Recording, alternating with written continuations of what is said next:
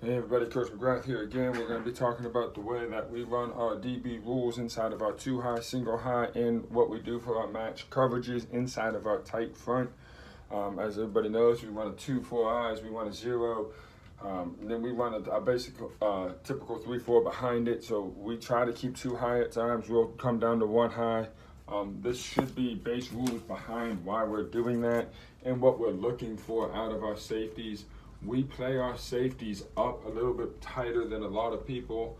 I like playing my safeties no more than 7 or 8 deep. I'll allow my free safety to play at 10. Outside of that, everybody plays up. We want to be up in your face for purposes of the run game. We like having those guys there for the actual run. Okay, we play when we go too high. We try to run a little bit of a palms coverage out of it. But we do extend the depth that we allow number 2 to get to before we have number 1 bail. If number 2 is any quick out, any 5-yard out, any speed out, anything like that, number 1's obviously jumping it right now. If number 1 has a slant, we trust our backer to get there, and our safeties, our hitman. We have a call for them that this backer will become the hitman, come in and hit, and then he becomes the pick man. But our basic rule first up front is your hitman, he's underneath man. All right. Now, if he gets any deeper than this, he starts getting to 10 and out. We call it a China call for us. He still comes underneath. And now if we got a vertical, he's still over the top. So we're really just playing a 2-man game here with these 2 guys with the corner and the free. We do the same thing on the backside. Our strong safety does play closer to the box, so he's more at like 7.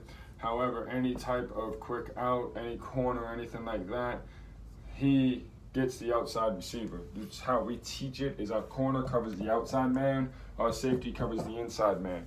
Now, if number 1 were to run a hitch and number 2 runs a corner, now the safety has to be over number 2, okay? Corner is now attacking number 1 right now. We don't believe our safety can get there on that, so therefore he's going to be over the top of the corner. Our alignment by our safeties is 3/4 of the way to number 2, 7 deep. Okay. Now our outside backers are 50%, so our safety would actually be over here about 75% of the way. All right. We want him there because of the corner. All right, any type of slot fade, he's got that covered, and now he's in here. If there is an inside release by number 1, he now is going to pass this to the backers and get depth, and now we have over-under coverage, safety's over, corner's under. If this guy still runs a corner route, we still have the same thing. He's under, he's over. Okay, now if he has an in release and he takes a 10-yard dig, now the corner flares, and now he's under. He's got the dig route, and now the backer will pick up number 1 coming underneath on the levels route. Okay? The reason we do that is we have this corner is becoming the bail safety player. He's never going to be able to chase. Now we got our safety over the dig, and we feel confident that our backers can cover these guys in this limited space. We don't want our backers on these guys downfield whenever possible. All right, now if we want to go to any of our other coverages, we can still roll out of our 2 high look to a cover 3, which we have 2 separate calls to get them to do this. We have a weak call and a strong call. Depending on the way we want to roll this, if we're going to roll it to the weak side, our corner now becomes the deep 3rd player. Our safety here becomes the deep middle. Our safety here now comes over the top, and our corner is now the flat player. All right. Now, if we flipped it, right, he's here, now he's here, and he's here. Okay. All of this still going to match routes. If there's no flat threat to the corner, to either corner when they're in the flats, if there's no flat threat, if it's 4 verticals, we are now getting vertical with all of them. Our corner is going to match this route because he doesn't have a flat threat. However, if flat threat comes from the running back, we have peel rules still in content for our backers. Okay, so our DBs understand that when number three is in the backfield, he is no longer considered a receiver, and he does not match to our routes. We have our backers picking this up, so our backer would come pick this up on this. Okay, now our outside backers are understood. They need to know the rules that if the back is away from them and crosses face into the flats, he's still coming, and now he peels out onto him. Okay, now we have an inside backer peeling on this. We trust our inside backer when he has to cross face to be able to pick up that flat route. Okay, we believe that the pressure that we're going to be able to get from these outside guys, because now that he's gone, he's peeled away, he's rushing, now we got a 5-man rush up front. We can still have a spy here on the quarterback with this man right here. Okay, this is all base rules. Our front seven doesn't have to change a lot inside of our pass game, and we don't change a lot inside of our pass game. Our backers rules stay base no matter the coverage behind it, because we are going to have a match coverage with our safeties and our corners. So because we're going to match coverages, just because we're in a coverage doesn't mean that we can't pick things up. Okay, now we have what we do call like our double robber coverage here, and our safeties now come underneath. Okay, our corners are the deep players. All right, now depending on the call, one of our backers is now a deep middle player, like a Tampa 2. Okay, now again, we still have our match coverages. Okay, so if there's no flat coverage, no flat receiver, you still get vertical. So number 2 would get vertical. So if there's a hitch in a corner, this safety has to get over this hitch, and this corner now comes. Now we do have a banjo call that we have in there. Our corner will now sit, and our safety can get over the top. I allow our DBs to communicate that to themselves. I just ensure they understand the rules, that if there's a banjo call here and the corner sits on this corner, on this hitch, now this safety has to get over number 2. Okay, that is a banjo call that I allow our DBs to have. I am a big believer in allowing our DBs to communicate what they want to do. Okay, in this coverage, we obviously know that our seam routes are our biggest issues. This is why we match them out. Okay, now if number 1's vertical and number 2's vertical, now we're here, free safety's got him. If number 2 here is running a post and number 1 runs a hitch, okay, our DB should be smart enough to know, okay, we need to banjo this. I'm gonna pick this hitch up and I'm on the post. All right, we teach our DBs, both our corners and our safeties, eyes on 2, and we read 2 to 1. So this corner here would be 2 to 1. He would back pedal to about 5 to 7. He plays up at 3 off, play back pedal flat 5 to 7. When this guy dedicates himself to the post, he should already have a banjo call from the safety. Now he comes up. All right, so we're still in the same coverage concept that we wanted. We understand that this backer getting to this deep middle is not a good coverage man or a coverage idea for this post. So our safety has to know to banjo if he sees post. This is why we allow him to banjo it off on corner, because if he sees him get vertical and he doesn't trust that the corner can cover it, he now banjos out. All right. Now when we jump down, that's all of our 2 high coverages. We don't do a whole lot of stuff here. When we go to our single high, we still do not do a lot of coverages, okay? We do not believe in having to do a lot of coverages. We believe that our defense, playing sound, fast, and smart, covers our concepts, okay? So now, if we have our corners, we got our strong here, we got our backer here. Now our backer on this, I don't know if you've watched the backer video, but our backer here is now on the inside shade of number 3. And now what we like to do in our single high is actually cheat our free away from the man side. Now we will call this as an automatic check to man. And we understand that, hey, if this dude's a dog, now we'll still have that auto man check call and give the same look. Now the free will bail. All right, we just call it bail. And he knows right now, okay, I'm bailing to the single man side, okay?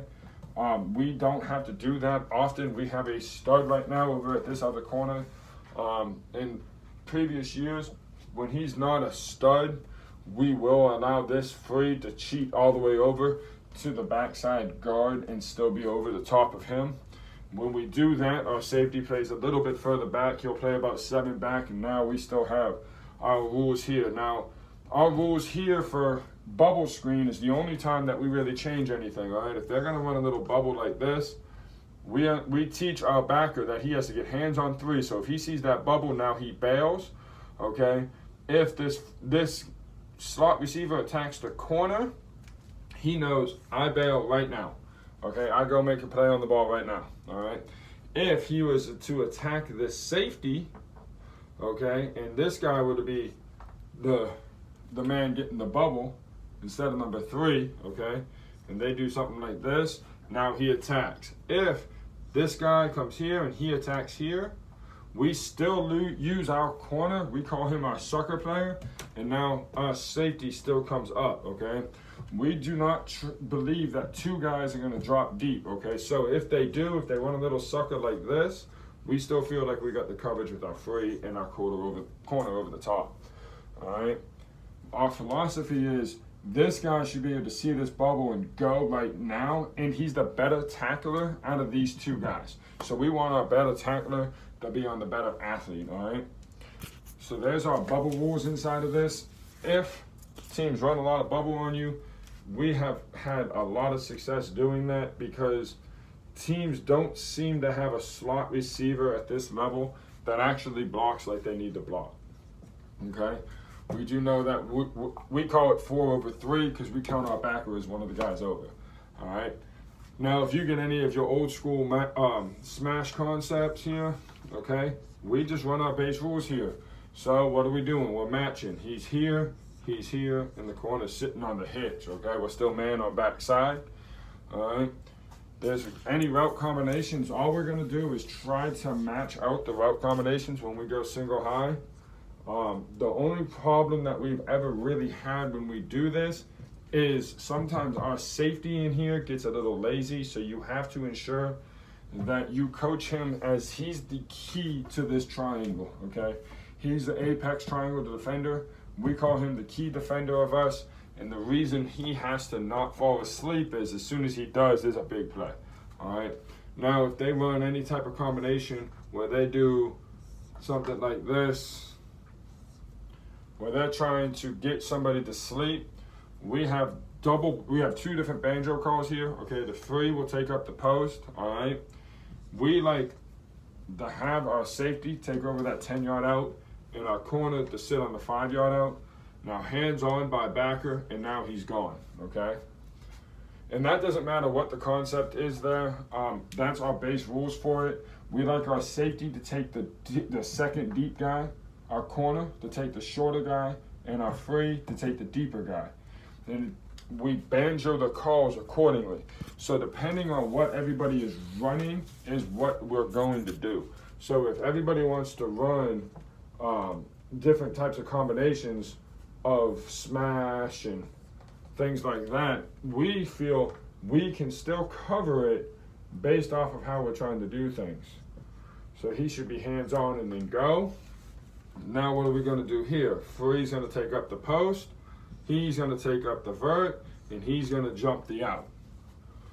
All right, and we're still backside here. We're still good to go. We're not worried about this guy. Again, we are one-on-one.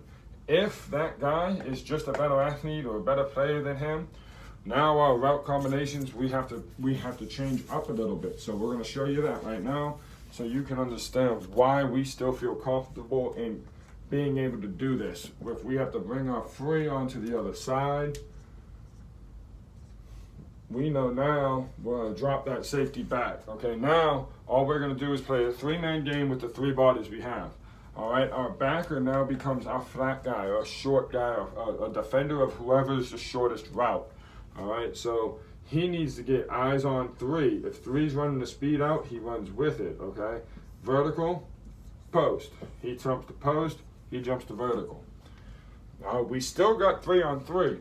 And now, if he runs a hitch, and he runs a post, and he runs a vertical, this guy here still jumps the hitch. He has to get over the vertical, and he has to get over the post. Okay, it's a difficult read. However, this safety can get over this post consistently because he knows he should have what? Underneath help by this free. Because if this guy's running anything short, now he's bailing back to backside, okay? Now he's got this backside post, and so that's the help on this guy, okay? Now we should be here, and this backer needs to wall on this post to allow him time to get over the top, okay? If he gets vertical, right, our free is over the top over there to help on that because we've been getting beat by it. Usually, when we've been getting beat by this, we will allow this guy to cheat in between 2 and 3 so that he can jump this. We'll do the same with our corner and cheat him between 2 and 3, or 1 and 2, and allow him to cheat. So now he can get over the top and still can press on 3, and our backer can now get out to the flat route, okay? Our backer at this point will actually play head up on 3. We do not believe giving up a hitch and making a play is a bad thing. We look at it and he's going, we want this quarterback to throw to the sidelines. Whenever possible, make this quarterback throw to the sidelines. It's a further throw. It's a harder throw for the quarterback. So we're always going to try to attempt to do that to him. All right. Now, like I said, we do not count men in the backfield as receivers. Okay. So if they line up with a 2-back set, we do not count those guys as receivers. All right, so now our free has become a guy that is free in the passing game. So now if we'll auto check this to a single high look, okay? Again, we have a beast right now out here at this corner, so we would just go man. If we can't man that, we will allow that free to cheat over to that side and still feel comfortable over here because now we just got to play a 2-man game. All right, now what we're doing with the backs, if he flares, back picks him up. Flares, backer picks him up. All right. Now it doesn't matter what route combinations you run outside here, we're good. If you play with an up back, an H back, it doesn't change our rules. We do not count him as a receiver. Now he has to pick up first man out. All right. So if they run a little concept like this inside backer has to pick this guy up, and he has to pick this guy up. All right? So the backers, the linebackers, are responsible for the receivers that are in the backfield. Any running back in the backfield is responsible by the backers. When we do that, it frees up these 4 guys to allow them to play with whatever receiver count you have. All right? We have also noticed that on the single wing, the flex, all of those things, those rules still apply. All right? We call our flex, we call those guys receivers, okay? So if you're lining up in that old school double wing, all right, we count this as 2 receivers still, all right? 1, 2, 1, 2. So we're still counting it the same way. Now our backers are over the top of the wings, but they're not responsible for the wings in the coverage game. And now we're putting our safeties over those wings, and they got them in the pass game. A lot of teams have started to go to this and then start still throwing the ball out of it. If he's coming into the flats, he's picking that up right now, okay? He's coming into the flats, he's picking that up right now. All right, and the philosophy here is these 3 in this strong, they're only playing at 7 to 8 deep at this point. We believe you're a run team if you line up this way, so we're going to put our safeties like they're in the box. We want to crowd the box and force you to throw the ball. When we force you to throw the ball, we're going to allow our safeties, who are better coverage guys, to cover the wings. Now, you still only have this guy doing whatever he's doing. If number 2 here gets vertical, what do we have? He's vertical, safety's over the top, he's here, and now he's here. All right, and it doesn't matter what combinations you run. He runs a hitch, and he runs a corner, he's still over the top. Yes, we're technically man on the outside, but again, unless you are Georgia Tech with Calvin Johnson out there, we trust what we're doing out here. All right, sometimes you run into a matchup where you can't do things that you want to do. We have a 30 look that we'll jump to that I'll discuss in another video, where we move our backers into a stack look and put another safety in the middle of the field. That allows us to widen these safeties out. But other than that, when we can stay in base, we stay in base. We like staying in base. We want to stay in base, and we try to do it as much as we can. We trust, now I understand athletes matter, but we trust our corners to be coached up to the point that they can cover these guys and be in the position to make the play and not have this ball caught on them more than 10% of the time in the game. And if you're going to throw a vertical route 10 times in the game, and I'm going to knock 9 of them down, you complete 1, I'm going to live and die with it, because I believe that you're going to get too frustrated and not going to be able to actually accomplish these things. All right? So it doesn't matter if we go 1 high or 2 high. We always attempt to play a 2-man game with our safeties and our corners on your number 1 and number 2 receivers. And if you get to the point of having 3 or 4 receivers to a side, we're comfortable. Now, when motion happens, okay, we call it umbrellaing. When a motion happens to trips or to 2x2, our rules are basically the same either way on who's going. When he motions across the trips, we have this guy motion with him to the guard on the side that he motions to. And now we're going to walk this guy down over number 2. All right? Now, his rule as a backer is taught he hits any motion man right now to help us out and help give us some coverage. All right, because we understand that a lot of teams like running that little speed out with a double slant behind it. All right, we get it. That's what teams like to run, but we're fine on that double slant, because if he hits, he's here, he's underneath this slant, and now the corner can jump the speed up. All right, but that's all we do. We umbrella it. We have our free flow with it. If the motion would be the other way, we would have our strong safety flow with it, and just allow that to be itself. If you line up in trips and motion to 2x2, I personally get ecstatic because of our rules. All right, so we're still here. We're still in our base set. Where are we at with the free? Now, if you motion here, okay, free is now flowing over the top. Now, free and corner on this are taught. Corner gets the speed out.